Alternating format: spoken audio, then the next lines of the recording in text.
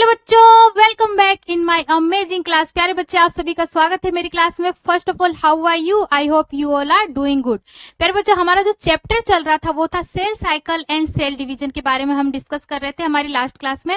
हमने इस last class में कुछ बेसिक से टॉपिक यानी कि बेसिक वर्ड्स जो इस चैप्टर में आने वाले हैं, उन बेसिक चीजों को हम धीरे धीरे समझते हुए इस चैप्टर को कंप्लीट करेंगे।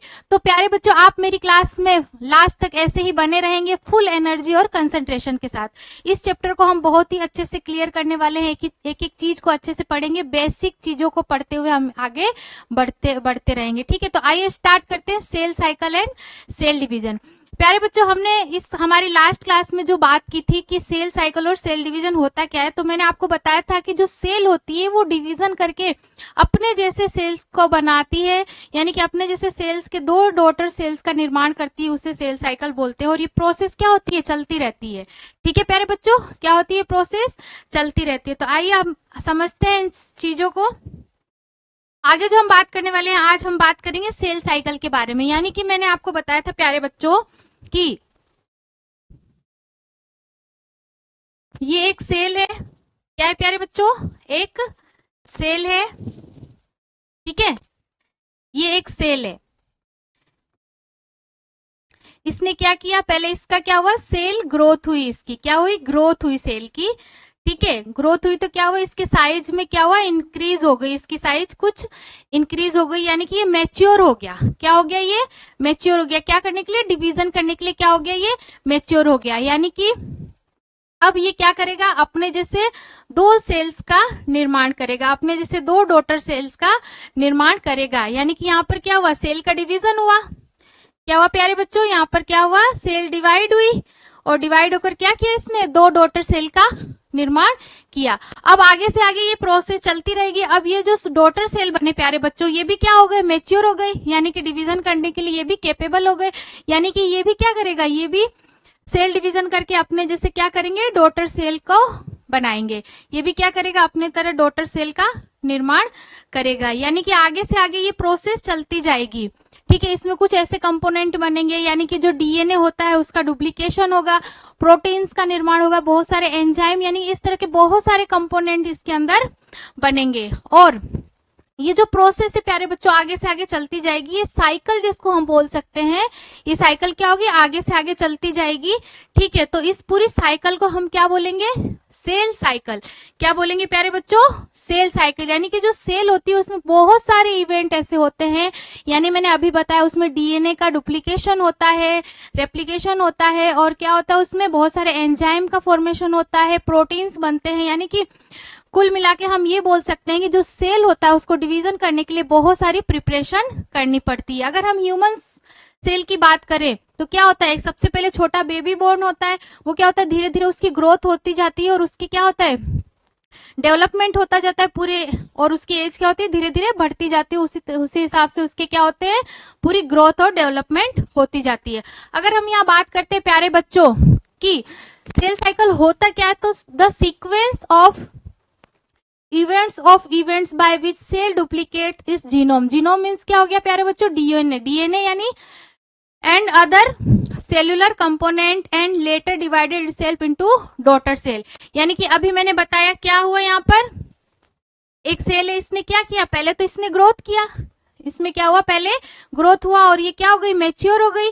मैच्योर होने के बाद क्या हुआ? इसका सेल डिवीजन हुआ, और इसने अपनी तरह क्या किए? दो डॉटर सेल का निर्माण कर लिया। अब इसमें क्या हुआ? डीएनए का रेप्लिकेशन हुआ। ठीक है, डीएनए का क्या हुआ? डुप्लीकेशन हुआ। डुप्लीकेशन में क्या करा? अब जो ये कंपोनेंट बने, आगे चल के जब उसका डिवीजन होगा प्यारे बच्चों, तो ये क्या होगा? इक्वल पार्ट में डिवाइड हो जाएंगे। ठीक है, इक्वल पार्ट में डिवाइड हो गए, यानी कि डीएनए का जो कॉपिंग हुई प्यारे बच्चों, वो क्या होगा? इक्वल पार्ट में यहाँ जाके डिवाइड हो जाएगा। तो ये पूरी साइकिल जो है प्यारे बच्चों, इस पूरी साइकिल, ये पूरी प्रोसेस जो है, इसको हमने क्या बोला? Cell cycle. इसको हमने क्या बोला प्यारे बच्चों? Cell cycle. अब अगर हम बात करते हैं कि during cell cycle cell undergoes, यानी जो सेल साइकिल होती है उसके अंदर क्या होता है, यानी कि अभी जो मैंने बताया वही सारी चीजें होगी। यानी कि जो सेल अंडरगोज है उसमें फर्स्ट क्या होगा? सेल ग्रोथ होगी, यानी कि मैंने अभी बताया जो सेल है उसका क्या होगा, साइज में इंक्रीमेंट हो जाएगा, यानी कि सेल एक सेल है वो क्या बना लेगी, थोड़ी सी ग्रो करके उसकी साइज क्या हो जाएगी, बड़ी हो जाएगी। सेकंड क्या होगा, डुप्लीकेशन ऑफ और सेल ऑर्गेनेल, ठीक है, डुप्लीकेशन यानी कि डीएनए जो है उसका क्या हो जाएगा, रेप्लिकेशन होगा, ठीक है, डुप्लीकेशन होगा और उसमें क्या हो जाएंगे, जो डीएनए है 1 से 2 बन जाएंगे और आगे चल के क्या होगा, उसका इक्वली डिस्ट्रीब्यूशन होगा, ठीक है प्यारे बच्चों। तीसरा जो है डीएनए रेप्लिकेशन, ठीक है प्यारे बच्चों, डीएनए रेप्लिकेशन तीसरा क्या हो जाएगा, डीएनए रेप्लिकेशन। और फोर्थ अगर पॉइंट की हम बात करते हैं तो equal distribution of cellular component, जो कंपोनेंट उसमें बन रहा है, यानी कि जो डीएनए का कॉपी बन रही है या कोई भी कंपोनेंट हो सकता है प्यारे बच्चों, प्रोटीन्स हो सकते हैं, एंजाइम्स हो सकते हैं, जितने भी कंपोनेंट्स है, तो इस इवेंट में जितने भी कंपोनेंट्स बन रहे हैं प्यारे बच्चों, ये क्या हो जाएंगे, लास्ट में जाके जब 2 डॉटर सेल बनेगी तो वहां पे क्या होंगे, इक्वली डिस्ट्रीब्यूट हो जाएंगे प्यारे बच्चों, क्या होंगे, इक्वली डिस्ट्रीब्यूट होंगे। तो लास्ट में क्या हो रहा है कि equal distribution of the cellular component, यानी कि जो भी कंपोनेंट बनेगा वो क्या हो जाएगा, इक्वली डिस्ट्रीब्यूट हो जाएगा। यानी ये एक सेल है प्यारे बच्चों, क्या है ये एक सेल है, ठीक है। अब इसने क्या किया, ग्रोथ किया, यानी क्या हुआ, इसकी ग्रोथ हो गई, सेल की क्या हुई प्यारे बच्चों, ग्रोथ हो गई। बात करें अगर हम तो क्या हुई, सेल की ग्रोथ हुई। अब आगे चल के इस सेल ने ये हुआ, उसके बाद डीएनए रेप्लिकेशन हुआ, इसमें क्या होगा प्यारे बच्चों, डीएनए रेप्लिकेशन के बाद क्या होगा, ये 2 डॉटर सेल में डिवाइड हो जाएगा, क्या हो जाएगा, 2 डॉटर सेल में। और उसके बाद क्या होगा, जो equally distribution of cellular component, यानी कि जो कंपोनेंट इसके अंदर बनेंगे प्यारे बच्चों वो क्या होंगे, इक्वली डिस्ट्रीब्यूट हो जाएंगे इन दोनों सेल्स के अंदर, ठीक है। यानी कि बिल्कुल इक्वल डिस्ट्रीब्यूशन होगा सेल्स के अंदर, डॉटर सेल्स के अंदर, यानी जो भी कंपोनेंट इसके अंदर बनेगा वो लास्ट में क्या होगा, इक्वली डिस्ट्रीब्यूट होगा। और क्या होगी प्यारे बच्चों, और फाइनली क्या होगा, ये जो प्रोसेस है प्यारे बच्चों ये कुछ इस तरह से चलती जाएगी, यानी कि ये साइकिल ऐसे चलती जाएगी, यानी कि इसके बाद से क्या होगा, इस सेल ने डिवाइड करा, 2 डॉटर सेल बनाए, ठीक है। अब ये क्या हुआ, ये सेल भी मैच्योर हो गया, आगे से आगे डिवीजन करने के लिए ये सेल क्या हो गया, मैच्योर हो गया। अब ये भी क्या करेगा, आगे पूरी इसी प्रोसेस में डिवाइड करेगा, ग्रोथ करेगा, ठीक है। उसके बाद क्या करेगा, डीएनए रेप्लिकेशन होगी उसके बाद उसका जो भी कंपोनेंट बनेगा वो क्या होगा, फिर इसके भी 2 डॉटर सेल्स बनेंगे, उसमें क्या होंगे, इक्वली डिस्ट्रीब्यूट होंगे। तो ये साइकिल यानी ये प्रोसेस प्यारे बच्चों मेरे, ये प्रोसेस क्या है, चलती रहेगी, आगे से आगे चलती रहेगी। तो इस प्रोसेस को हम क्या बोल रहे हैं प्यारे बच्चों, सेल साइकिल। इस प्रोसेस को क्या बोलेंगे, सेल साइकिल, ठीक है। यहां तक मुझे लगता है कि सारी चीजें क्लियर हो गई होगी, सेल साइकिल समझ में आ गया होगा कि क्या होता है, ठीक है प्यारे बच्चों। आगे हम बात करेंगे कि अब इसमें बहुत सारे कंपोनेंट ऐसे बनते हैं, एंजाइम बनते हैं, प्रोटीन्स बनता है, यानी कि सेल क्या करती है, पहले प्रिपेयर होती है डिवीजन करने के लिए, उससे पहले क्या करती है, वो बहुत सारे फॉर्मेशन करती है, प्रोटीन का, एंजाइम्स का, ठीक है, डीएनए। तो ये सारी चीजें जो होता है किसके कंट्रोल में होता है, सेल का, ये सारी चीजें जेनेटिक कंट्रोल इसे हम बोलेंगे, यानी कि सब कुछ किसके कंट्रोल में होता है, जेनेटिक कंट्रोल में होता है। क्या होता है प्यारे बच्चों, जेनेटिक कंट्रोल में होता है। आगे अगर हम बात करते हैं प्यारे बच्चों, तो ये जो जेनेटिक कंट्रोल होता है इसमें और भी बहुत सारे कंपोनेंट बनते हैं, जैसे उसे क्या बोलते हैं, साइक्लिन प्रोटीन। क्या बनता है प्यारे बच्चों, साइक्लिन प्रोटीन्स बनते हैं इसके अंदर, ठीक है। ये क्या है, और ये किसके कंट्रोल में होता है, जेनेटिक कंट्रोल में होता है। कौन सा प्रोटीन है, ये साइक्लिन प्रोटीन है। अब एक बनता है CDKS, दूसरा बनता है यहाँ पर CDKS, ठीक है। एक कंपोनेंट ये होता है जो क्या होता है, ये होता है साइक्लिन डिपेंडेंट काइनेज। क्या होता है ये, साइक्लिन डिपेंडेंट काइनेज, ठीक है। ये क्या होता है, तो ये 2 कंपोनेंट ये बनते हैं अपने इस पूरे सेल साइकिल के दौरान, ये कंपोनेंट बनते हैं जो किसके कंट्रोल में रहता है, जेनेटिक कंट्रोल में रहता है। कौन कौन से, एक तो हो गया साइक्लिन प्रोटीन हो गया, और दूसरा हो गया CDKS यानी कि साइक्लिन डिपेंडेंट काइनेज, ठीक है। तो ये हो गई अपनी सेल साइकिल के बारे में चर्चा, ठीक है। अब क्या होता है प्यारे बच्चों, जो सेल होती है उसे डिवीजन करने के लिए पहले से प्रिपेयर होती है, वो मैच्योर होना पड़ता है। ठीक है, अब एक सेल अपनी साइकिल को कंप्लीट करने में कितना टाइम लेती है? ठीक है, एक सेल अपने साइकिल को कंप्लीट करने में कितना टाइम लेती है, तो हम अलग अलग जो सेल्स है उनके बारे में देखेंगे कि कौन कितना टाइम लेता है। ठीक है प्यारे बच्चों, तो जैसा कि मैंने बताया, एक छोटे बेबी की बात करें, अगर हम न्यू बॉर्न बेबी की अगर हम बात करते हैं तो क्या होता है, पहले वो लाइफ के उसके क्या होते हैं, उसकी सेल्स जो होती है। अगर हम ह्यूमन सेल्स की बात करते हैं प्यारे बच्चों, तो ह्यूमन सेल्स जो होता है वो कितने आवर्स लेता है? 24 आवर्स लेता है। यानी कि जो सेल डिवीजन होती है ह्यूमंस में वो कितने आवर्स में हो जाती है? 24 आवर्स में हो जाती है। अब अगर हम ईस्ट की बात करते हैं तो ईस्ट जो होता है प्यारे बच्चों, एक सिंगल सेल फंजाई है जिसके पास क्या होता है? एक सेल होता है। क्या होता है प्यारे बच्चों? एक सेल। ईस्ट की बात करें तो क्या होता है? ये सिंगल सेल होती है, इसके पास एक सेल होती है, ये फंजाई होता है। और क्या होती है? ये खमीर, यानी कि जो फर्मेंटेशन होता है ना उसमें काम आती है। हमने बचपन में देखा होगा किसमें काम आती है? खमीर में काम आती है। ठीक है, और अगर इसकी बात करें कि इसको कितना टाइम लगता है डिवीजन करने के लिए, अपने जैसे सेल बनाने के लिए इसको कितना टाइम लगता है, तो प्यारे बच्चों अगर हम बात करें तो इसको कितना टाइम लगता है? 90 मिनट्स लगते हैं इसको। ठीक है, कितनी मिनट लगते हैं? यानी कि अपने जैसे ईस्ट को अपने जैसे सेल बनाने में कितना टाइम लगता है? 90 मिनट्स। 90 मिनट्स मीन्स 1.5 घंटा, 1.5 आवर्स इसको लगते हैं। यानी कि 1.5 घंटे के आसपास अपने जैसे सेल का निर्माण करने में इसको लगता है। अगर हम ई कोलाई की बात करें तो ये एक बैक्टीरिया होता है। क्या होता है प्यारे बच्चों? ये एक बैक्टीरिया होता है और साथ ही साथ क्या होता है? प्रोकैरियोटिक सेल होती है। मतलब इसके पास कोई भी वेल डिफाइंड न्यूक्लियस नहीं होता है, माइटोकॉन्ड्रिया नहीं होती है, और अगर हम बात करें तो एंडोप्लाज्मिक रेटिकुलम नहीं होता है, साथ ही साथ गोल्जी बॉडी नहीं होती है, और क्या नहीं होता है इसके पास में? क्लोरोप्लास्ट की बात करें तो क्लोरोप्लास्ट भी इसके अंदर क्या होता है? एब्सेंट होता है। अगर हम इसकी बात करते हैं तो इसको कितना टाइम लगता है अपने जैसे सेल का निर्माण करने में? तो ओनली 20 मिनट्स। कितना टाइम लगता है? Only 20 minute. लो, ये बहुत ही कम टाइम में अपने जैसे सेल्स बना के रख देता है। यानी कि लो 20 मिनट में हमारा काम खत्म। ठीक है, बाकी सेल्स अगर की हम बात करें, ह्यूमन सेल्स को कितना लग रहा है? 24 आवर्स, एंड ईस्ट को 90 मिनट, और ई कोलाई यानी कि सबसे कम टाइम जो है उस किसको लग रहा है? ई कोलाई को लग रहा है।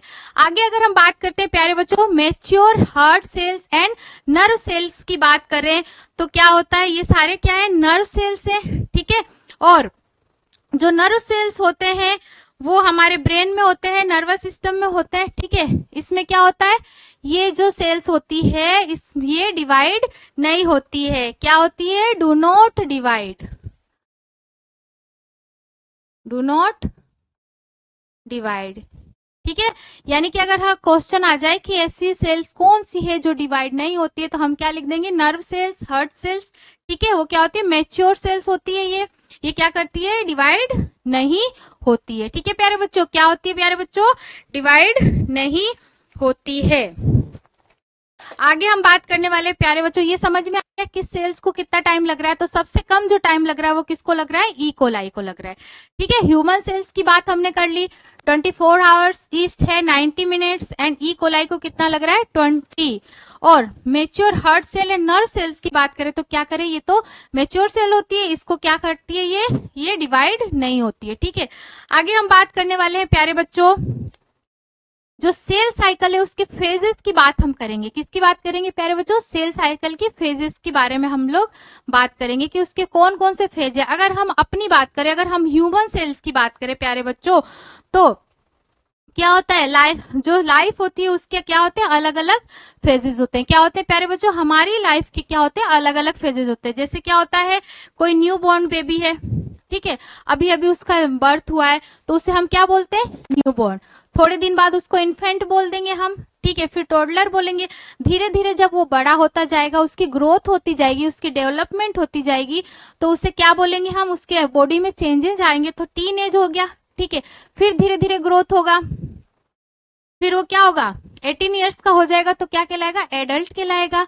फिर धीरे धीरे वो क्या हो जाएगा ओल्ड एज में आ जाएगा। तो ये पूरी जो बर्थ से लेकर हमारे लास्ट तक जो ये प्रोसेस हुई, ये क्या है हमारे लाइफ की फेजेज है। क्या है प्यारे बच्चों, हमारे लाइफ की फेजेज है जो जन्म से लेके मृत्यु तक चलती रहती है, ठीक है। और इस दौरान क्या होता है ग्रोथ और डेवलपमेंट होता रहता है। तो ये पूरी जो साइकिल है प्यारे बच्चों, इसको हम क्या बोलेंगे सेल साइकिल, ठीक है। आगे जो हम बात करने वाले हैं प्यारे बच्चों, इसके फेजेस की बात करेंगे। तो क्या होता है, देखिए यहाँ पे फेजेस दिखा रखा है। सबसे पहले क्या होगी G1 फेज, ठीक है, S फेज और G2 फेज, ठीक है ना। अब अगर हम बात करते हैं तो इसमें क्या होता है G1 फेज से फर्स्ट कौन सा फेज है, इसमें क्या करती है सेल जो होती है वो ग्रोथ करेगी। S फेज में क्या होगी DNA रेप्लिकेशन होगा, ठीक है, और आगे बढ़ेगी। फिर G2 फेज में जाएगी, उसमें क्या होगा प्रिपरेशन फॉर माइटोसिस, माइटोसिस के लिए क्या हो जाएगी प्रिपेयर हो जाएगी। आगे बढ़ेंगे तो जो M फेज आता है प्यारे बच्चों, M फेज में क्या होता है सेल डिवाइड करती है, ठीक है, क्या करती है प्यारे बच्चों सेल डिवाइड करती है। अब इसमें क्या होता है साइटोकाइनेसिस होता है और इसके जो फेज होते हैं वो टीलोफेज, एनाफेज, मेटाफेज और प्रोफेज होता है। अब ये मैंने थोड़ा सा डायग्राम से समझा है, इसको बहुत अच्छे से हम आगे पढ़ने वाले हैं, ठीक है। अगर हम बात करते हैं आगे कि फेजेस ऑफ सेल साइकिल, क्या बात करें प्यारे बच्चों फेजेस ऑफ सेल साइकिल। तो फेज जो होती है सेल साइकिल की वो 2 टाइप्स की होती है। कितने टाइप्स की होती है प्यारे बच्चों 2 टाइप्स की, इंटरफेज एंड एम फेज। क्या प्यारे बच्चों इंटरफेज एंड एम फेज, क्या है इंटरफेज एंड एम फेज। अब अगर हम बात करें जो इंटरफेज सेल होती है प्यारे बच्चे, इसे और हम क्या बोल सकते हैं रेस्टिंग या प्रिपेटरी फेज। क्या बोल सकते हैं रेस्टिंग या प्रिपरेटरी फेज। यानी रेस्टिंग मीन समझ में आ रहा है, यानी कि सेल क्या है बिल्कुल रेस्ट में है, बट वो रेस्ट में नहीं है, वर्क कर रही है वो, ठीक है।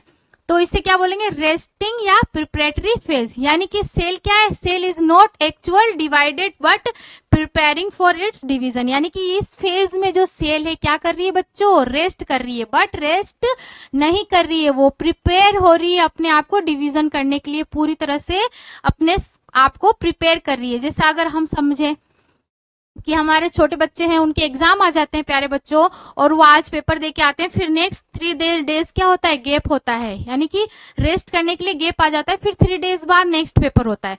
तो बच्चे क्या करते हैं उसमें रेस्ट करते हैं नहीं, अपने नेक्स्ट पेपर की प्रिपरेशन करते हैं। क्या करते हैं प्यारे बच्चों अपने नेक्स्ट पेपर की प्रिपरेशन करते हैं। सेम यहाँ पर है, यानी कि जो सेल है वो क्या कर रही है वो एक्चुअली डिवाइड नहीं करी, बट क्या करे prepare for its division, but क्या करिए वो डिवीजन के लिए प्रिपेयर कर रही है अपने आप को, ठीक है।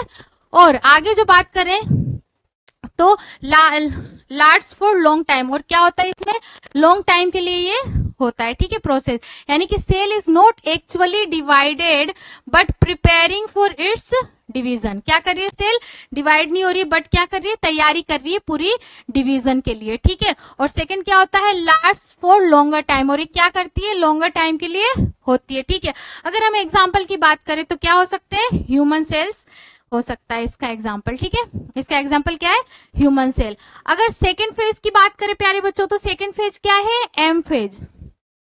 सेकेंड फेज क्या है प्यारे बच्चों एम फेज जो है वो क्या है सेकेंड फेज है। अब हमने इंटरफेज देखा फर्स्ट फेज, उसको क्या बोला था रेस्टिंग एंड प्रिपरेटरी फेज।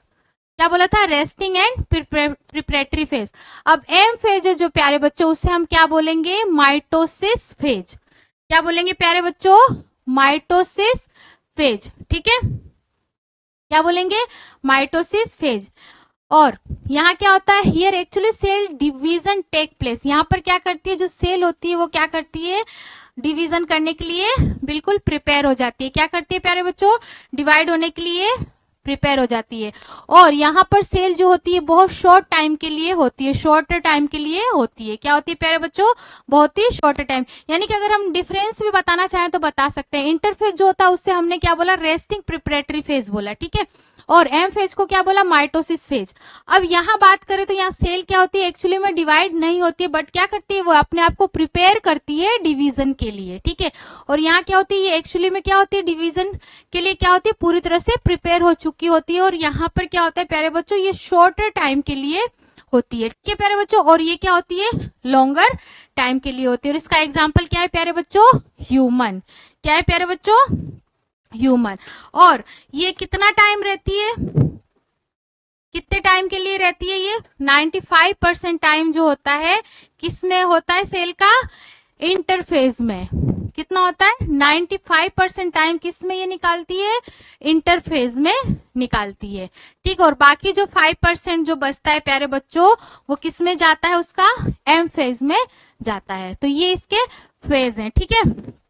आगे अगर हम बात करें ह्यूमन सेल की बात करें, तो ह्यूमन सेल में क्या होता है, ह्यूमन सेल की बात करें तो इसमें भी क्या होता है, इंटरफेज और एम फेज होता है। क्या होता है प्यारे बच्चों, इंटरफेज एंड एम फेज। कौन कौन से फेज है, इंटरफेज एंड एम फेज। अगर इंटरफेज की हम बात करते हैं प्यारे बच्चों, इंटरफेज की बात करें तो इसमें कितना टाइम रहती है, ये 23 आवर्स रहती है। कितना, 23। और इसमें कितना रहेगी प्यारे बच्चों, 1 आवर्स, ठीक है। इसमें कितना रह रही है ये, 1 आवर्स। अगर ह्यूमन सेल्स की हम बात कर रहे हैं तो ह्यूमन सेल्स में कितना ये टाइम निकलता है इसका, अभी हमने पीछे देखा था कि अपने जैसे सेल को बनाने में ह्यूमन सेल कितना टाइम लेती है, 24 आवर्स लेती है। कितना लेती है, 24 आवर्स लेती है, ठीक है। अगर उसमें भी हम बात करते हैं प्यारे बच्चों कि इंटरफेज में जो वो टाइम निकालती है वो कितना निकालती है, 23 आवर्स, मीन्स 95% टाइम उसका किस में निकल रहा है, सेल का, ह्यूमन सेल का, वो निकल रहा है इंटरफेज में। किस में निकल रहा है प्यारे बच्चों, इंटरफेज में। और 5% जो टाइम है वो किस में निकल रहा है, एम फेज में, मीन्स 1 आवर्स की अगर हम बात करते हैं तो only 1 hours in the M phase में, ठीक है। आगे हम बात करेंगे प्यारे बच्चों, आगे जो हम बात करेंगे फेजेस की ही बात करेंगे, डिटेल में आगे बात करते हैं। अब देखो अगर इंटरफेज एंड एम फेज की बात करें तो हमने ये 2 फेज के बारे में पढ़ा कि जो इंटरफेज होता है उसे हम रेस्टिंग और प्रिपरेटरी फेज कहते हैं। यानी कि इसमें जो सेल होती है प्यारे बच्चों वो क्या करती है, रेस्ट मोड पे रहती है, यानी कि कहने के लिए रेस्ट मोड पर है, बट वो क्या करती है, डिवीजन के लिए अपने आप को प्रिपेयर करती है, ठीक है। और एम फेज को क्या बोला, माइटोसिस फेज बोला। अब आगे हम जो बात करेंगे इंटरफेज और एम फेज जो है उसके सब फेजेस के बारे में हम बात करेंगे। तो पहले हम देखते हैं इंटरफेज। इंटरफेज जो होता है प्यारे बच्चों, इसके सब फेजेस कौन कौन से हैं। तो अगर इंटरफेज की बात करें तो जो फर्स्ट है वो है जीवन फेज। कौन सा फेज है प्यारे बच्चों, जीवन फेज। सेकेंड जो है प्यारे बच्चों वो है एस फेज। सेकेंड कौन सा है, एस फेजेस है, ठीक है। और थर्ड जो बात करेंगे हम वो क्या है, G2 फेज। यानी कि हम बोल सकते हैं जो इंटरफेज होता है उसके जो सब फेजेस है वो कितने टाइप्स के होते हैं, 3 टाइप्स के होते हैं। कौन कौन से, G1 phase, S phase and G2 phase, ठीक है। यानी कि सेल को क्या होगा, इन सारे फेजेस से होकर गुजरना होगा, यानी कि इस कुछ ना कुछ इसके अंदर उसके कंपोनेंट का निर्माण होगा, ठीक है। अगर हम बात करते हैं प्यारे बच्चों एम फेज की बात करें, ठीक है, अगर हम एम फेज की बात करते हैं तो इसमें जो सब फेजेस होता है वो फर्स्ट कौन सा होता है, कैरियोकाइनेसिस एंड साइटोकाइनेसिस। कौन कौन से होते हैं प्यारे बच्चों, फर्स्ट जो सब फेजेस है वो है कैरियोकाइनेसिस एंड साइटोकाइनेसिस। अब कैरियोकाइनेसिस मीन्स क्या होगा, कैरियोकाइनेसिस मीन्स क्या हो जाएगा, डिवीजन ऑफ न्यूक्लियस। मीन्स क्या हो रहा है यहां पर, डिवीजन ऑफ न्यूक्लियस, ठीक है। मीन्स कैरियो मीन्स न्यूक्लियस और काइनेसिस मतलब डिवीजन, यानी कि इसमें क्या होगा, जो न्यूक्लियस होगा उसका डिवीजन होगा। क्या होगा इसमें, न्यूक्लियस का डिवीजन होगा, किसमें, कैरियोकाइनेसिस में, ठीक है। कैरियोकाइनेसिस में क्या होगा, न्यूक्लियस का डिवीजन होगा, ठीक है। यानी कि जब सेल साइकिल चलेगी और वो जब सब फेज एम फेज के सब फेज कैरियोकाइनेसिस में आएगा तो वहां पर उस टाइम क्या होगा, अपना जो न्यूक्लियस है उसका डिवीजन होगा, ठीक है। अब कैरियोकाइनेसिस की अगर हम बात करें तो उसके भी कुछ फेज हैं। कितने फेज है, 4 फेज उसके भी दे रखे हैं, prophase, metaphase, anaphase and telophase. यानी कि 4 फेज इसके भी दे रखे हैं, prophase, metaphase, anaphase and telophase, ठीक है। ये इसके 4 सब फेजेस हो गए। अब सेकंड की बात करें तो सेकंड जो उसका फेज है वो कौन सा है, साइटोकाइनेसिस। क्या है प्यारे बच्चों, साइटोकाइनेसिस, यानी कि इसमें किसका डिवीजन होगा, साइटोप्लाज्म का डिवीजन होगा, यानी कि डिवीजन ऑफ, क्या लिख सकते हैं प्यारे बच्चों, डिवीजन ऑफ साइटोप्लाज्म। किसका डिवीजन हो रहा है, साइटोप्लाज्म का डिवीजन हो रहा है, किसमें, साइटोकाइनेसिस। साइटो मीन्स साइटोप्लाज्म, ठीक है, काइनेसिस मीन्स डिवीजन। अगर हम इसको तोड़ के लिखते हैं तो कैसे लिखेंगे प्यारे बच्चों, कुछ इस तरीके से हम इसको लिख सकते हैं। अगर हम यहां लिखे तो इसको ऐसे लिख सकते हैं, कैरियो मीन्स, इसको ऐसे लिख सकते हैं, कैरियो मीन्स क्या होता है, न्यूक्लियस, ठीक है, और काइनेसिस मतलब डिवीजन, यानी कि न्यूक्लियस का डिवीजन, ठीक है। तोड़ के भी हम लिख सकते हैं, कैरियो मीन्स क्या होता है, न्यूक्लियस, और काइनेसिस मतलब डिवीजन, यानी कि न्यूक्लियस का डिवीजन। वैसे ही अगर हम यहाँ साइटोकाइनेसिस की बात करें तो साइटो मीन्स क्या होता है, साइटोप्लाज्म, ठीक है, और काइनेसिस मीन्स डिवीजन, यानी कि साइटोप्लाज्म का डिवीजन। तो जो एम फेज होता है प्यारे बच्चों, वो कितने टाइप्स के होते हैं, उसके कितने सब यूनिट्स, सब फेजेस होते हैं, कि दो सब फेजेस होते हैं, कैरियोकाइनेसिस एंड साइटोकाइनेसिस, ठीक है, कैरियोकाइनेसिस एंड साइटोकाइनेसिस। अब जो कैरियोकाइनेसिस होता है उसके भी टाइप्स होते हैं, कितने टाइप्स होते हैं, 4 टाइप्स होते हैं, ठीक है, यानी कि प्रोफेज, मेटाफेज और एनाफेज और टीलोफेज, ठीक है। इसे हम क्या बोल सकते हैं, अगर शॉर्ट में हमें इसको लर्न करना है तो हम लिख सकते हैं पी मेट। पी मेट से लर्न हो जाएगा बेटा आपको, यानी कि कौन से फेज है इसके, पी यानी प्रोफेज, एम यानी मेटाफेज, ए यानी एनाफेज एंड टी यानी टीलोफेज। तो ये शॉर्ट फॉर्म लर्न कर लो, आपको लर्न हो जाएंगे इसके फेजेस, सब फेजेस, ठीक है। आगे जो हम बात करने वाले हैं प्यारे बच्चों वो है, अब इसके डिटेल हम पढ़ेंगे, जैसा कि हमने अभी इस डायग्राम में देखा, तो अभी हमने फेजेस देखा, तो ये क्या है, G1 फेज है, ठीक है, क्या ये G1 फेज, S फेज और ये G2 फेज, ये सारे फेज अभी हमने देखा था, किसका था ये, इंटरफेज है, ठीक है, इंटरफेज के क्या है, ये सब फेजेस है, क्या है प्यारे बच्चों, सब फेज है। बिल्कुल कंफ्यूज नहीं होना है, बिल्कुल ध्यान से सुनना है, ठीक है, सारी चीजें एकदम क्लियर होने वाली है, ठीक है। तो ये थे हमारे आज के क्लास, जो हमने बेसिक चीजों को लेते हुए अपने चैप्टर इस क्लास को कंप्लीट किया। आगे जो हम बात करेंगे प्यारे बच्चों, आगे हम अपने नेक्स्ट क्लास में बात करने वाले हैं, जो ये फेजेस है इनके बारे में डिटेल में बात करेंगे, कि इंटरफेज और एम फेज, और साथ ही साथ जो इसके सब फेजेस हैं उसके बारे में हम पूरे डिटेल में पढ़ेंगे। और साथ ही साथ जो भी टर्म्स आएगी, यानी इस चैप्टर में जो भी नए वर्ड्स आएंगे जिससे हमें समझना बहुत जरूरी है, जिससे हमें चैप्टर को समझने में प्रॉब्लम ना हो, उन बेसिक चीजों को हम समझते हुए अपने चैप्टर को आगे बढ़ाएंगे। आप इसी तरह लास्ट तक बने रहिए और मेरे चैनल को लाइक और सब्सक्राइब करिए। Thank you.